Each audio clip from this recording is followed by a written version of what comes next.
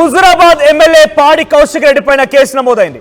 Hyderabad Rajendra Nagar Kamalapur PS లో FIR నమోదైంది. అంటే ఆయన సొంత నియోజకవర్గంలోని కమలాపూర్ పిఎస్ లో ఒక కేసు, హైదరాబాద్ రాజేంద్ర నగర్ లో మరో కేసు నమోదైంది.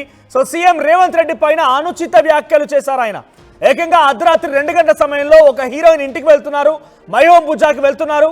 16 మంది దగ్గర ఎక్కడెక్కడ ఎవరితో ఎలా ఉన్నావో మొత్తం నాకు తెలుసు, నేను కాంగ్రెస్ నుంచే వచ్చాను, నీ చిట్టా మొత్తం బయట పెడతానంటూ మాట్లాడుకొచ్చారు.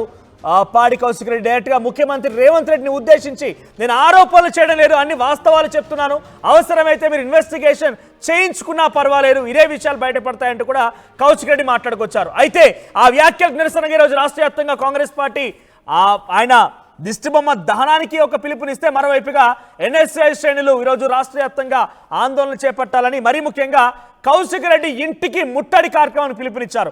మీరు చూస్తున్నటువంటి ఈ కంప్లైంట్ కాపీ కమలాపూర్ పిఎస్ లో ఆయన నియోజకవర్గం, ఆయన ప్రాతినిధ్యం వహిస్తున్నటువంటి నియోజకవర్గంలోని కమలాపూర్లో ఆ కంప్లైంట్ కాపీ కనిపిస్తోంది. సో ఇక్కడ ఆ కంప్లైంట్ ఇచ్చింది మండల కాంగ్రెస్ పార్టీ కమలాపూర్ సంబంధించినటువంటి నేతలు ఫిర్యాదు అందించారు. ఈ ఫిర్యాదు ఆధారితంగా కమలాపూర్లో కూడా ఆయన పైన కేసు నమోదైనట్టు తెలుస్తోంది. మరోవైపుగా ఇటు సైబరాబాద్ పరిధిలోని రాజేంద్ర నగర్ లో కూడా ఆయన పైన కేసు నమోదైంది. బొక్క ప్రభాకర్ రెడ్డి ఇచ్చిన ఫిర్యాదు ఆధారితంగా ఆయన పైన కేసు నమోదు చేశారు.